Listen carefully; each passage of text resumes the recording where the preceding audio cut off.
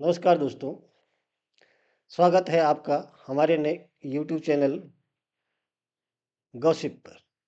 दोस्तों आज बात करेंगे वन नेशन वन इलेक्शन पे।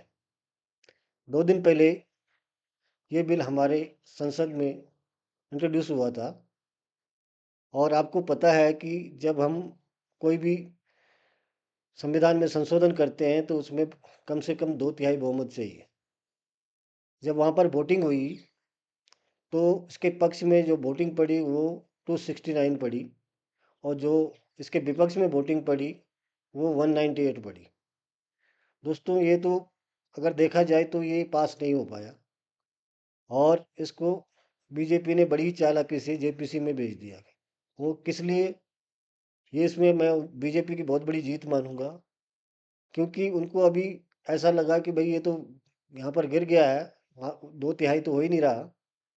अगर इसको 2/3 माना जाए तो अगर ये 260 लोग 460 लोग वहाँ पर बैठे थे तो कम से कम 300 से ऊपर इसका आंकड़ा जाता है 2/3 के लिए। लेकिन वोट कितने पड़े? 269।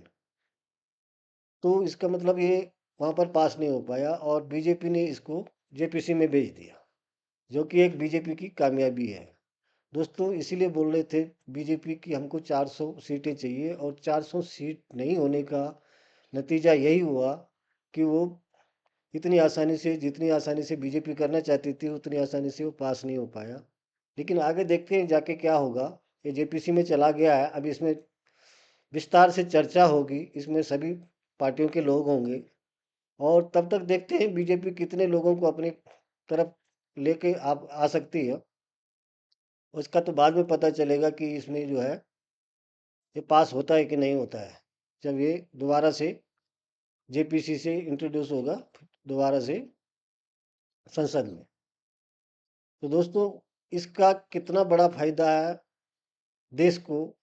जो हमारा देश जो है पूरे साल इलेक्शन में जाता रहता है, अभी यहाँ का ख़त्म हो गया भाई, अभी वहाँ का ख़त्म हो गया, दूसरी जगह का ख़त्म हो गया, तीसरी जगह प्रधान का ख़त्म होता है तो भाई अभी किसी और चीज़ का आ जाता है, कभी म्यूनसिपलिटी का आ जाता है।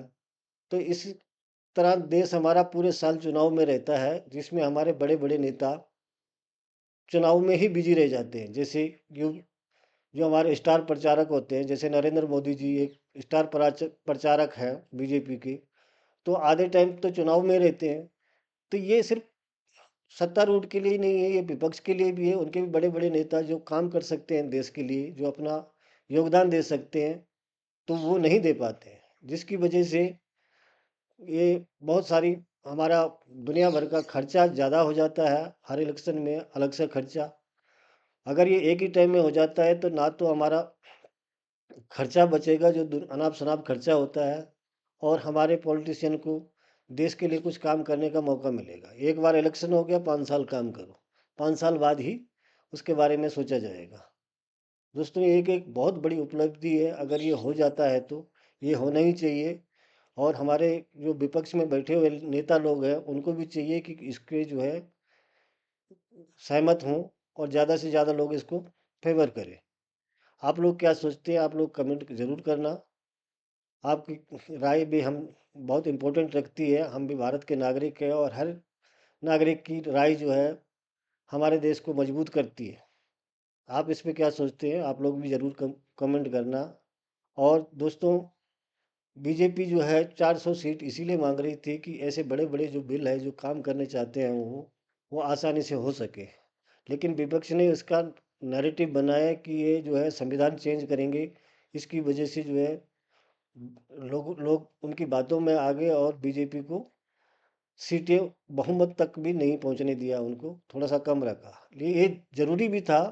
बीजेपी जिस तरह से सोच रही थी, जिस तरीके से काम कर रही थी, ये बीजेपी को झटका लगना तो जरूरी था। वो अपने ट्रैक से उतर रहे थे।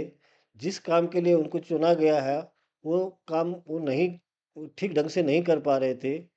तो दोस्तों ये तो कुछ मेरे हिसाब से अच्छा भी हुआ कि जो बीजेपी थोड़ी सी कम रहेगी, उसको अपना पता चल गया भाई हम अपने ट्रैक से उतरेंगे तो जनता हमको नकार देगी। ये भी एक पॉजिटिव साइन ही है।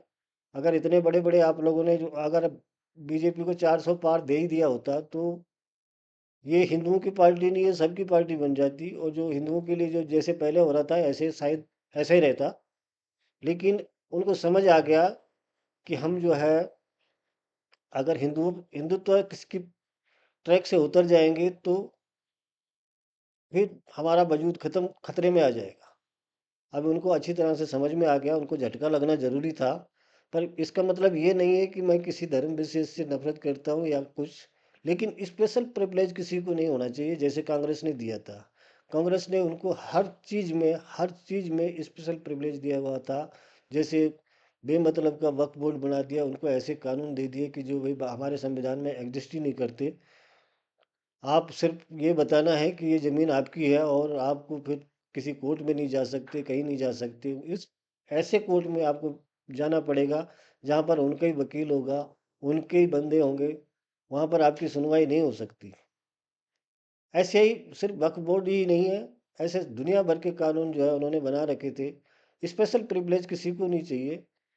जो जो हो सबके लिए इक्वल हो और एक जैसा हो। और अभी तो बहुत सारे काम करने हैं गवर्नमेंट ने। हम पूरे भारतवासियों का, पूरा हिंदूवादी लोगों का, पूरा देश का सपोर्ट चाहिए। अभी तो वन कॉमन सिविल कोड भी लाने वाली है गवर्नमेंट। तो वो भी आना जरूरी है। वो भी यूनिफॉर्म सिविल कोड।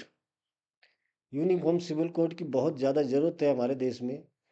भाई इस देश में अगर एक संविधान, एक कानून, एक निशान, एक विधान, ऐसा क्यों ना हो? क्यों ऐसा हो कि भाई मुस्लिम के लिए अलग कानून, हिंदू के लिए अलग कानून? अगर मुस्लिमों को अगर दूसरा कानून चाहिए तो उनको पूरा सरिया दे दो, नो प्रॉब्लम। या उनके लिए एक अलग ही सब कुछ किया जाए। अगर वो चाहते हैं कि भाई अगर हम इसमें नहीं आना चाहते हैं, कॉमन सिविल कोर्ट में नहीं आना चाहते हैं, तो वो लोग जो है अपना एक जो चाहिए उनको सरिया, बोलो भाई हमें पूर्ण तरह सरिया दो, तो उनके लिए अलग से कोर्ट की व्यवस्था हो जाएगी। लेकिन वो सिलेक्टिव होते हैं। जहाँ पर उनको जो है फ़ायदा लगता है वैसे वो बोलते हैं हमारे तो सरिया है। और जहाँ पर वो क्रिमिनल ऑफेंस होता है वहाँ पर वो बोलते हैं भाई हमें तो जो है इंडिया का लॉ ये बोलता है। तो ऐसा नहीं होना चाहिए। अभी इस तरह के बहुत सारे कानून हैं जिनको भारत सरकार लेके आएगी और उसके लिए उसको ताकत की ज़रूरत है। आप लोगों के सपोर्ट की ज़रूरत है। सब लोग सपोर्ट में आए और जितने भी लोग राष्ट्रवादी लोग हैं वो बीजेपी को सपोर्ट करें, नरेंद्र मोदी जी को मजबूत करें, ताकि वो ऐसे कानून बनाए, ऐसी नींव डाल के जाए कि जो 2047 तक भारत का सपना है कि हम एक विकसित राष्ट्र बनेंगे, तो वो सपना पूरा हो जाए। और हम सभी लोगों का एक कंट्रीब्यूशन होगा उसमें। और मैं सारे देशवासियों से ये निवेदन करना चाहता हूँ कि आपका जो ड्यूटी है, जहाँ पर भी आप काम कर रहे हैं, अपनी ड्यूटी ईमानदारी से करें और देश को एक डेवलप्ड कंट्री बनाने में अपना सहयोग दें। धन्यवाद।